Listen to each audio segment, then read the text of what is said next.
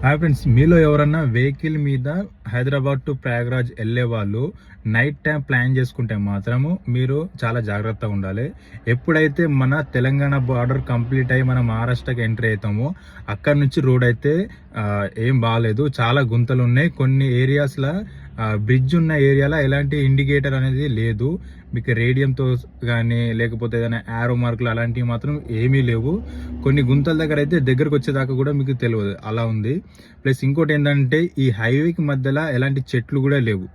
Opposite నుంచి వచ్చే vehicle lights మీకు పడి మీకు రోడ్ కూడా కనిపించదు.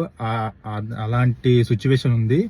సో మీరు ఎవరైనా డే టైంలో అయితే మీరు మేనేజ్ చేసుకొని వెళ్ళొచ్చు, కానీ నైట్ టైం వచ్చే ప్లాన్ ఉంటే మాత్రం కొద్దిగా జాగ్రత్తగా ఉండండి. రోడ్స్ మాత్రం మీకు మన బార్డర్ క్రాస్ అయిన తర్వాత ఒక 60 to 70 కిలోమీటర్స్ మధ్యలో రోడ్ అయితే బాగాలేదు. దాని తర్వాత నుంచి అయితే బాగుంది.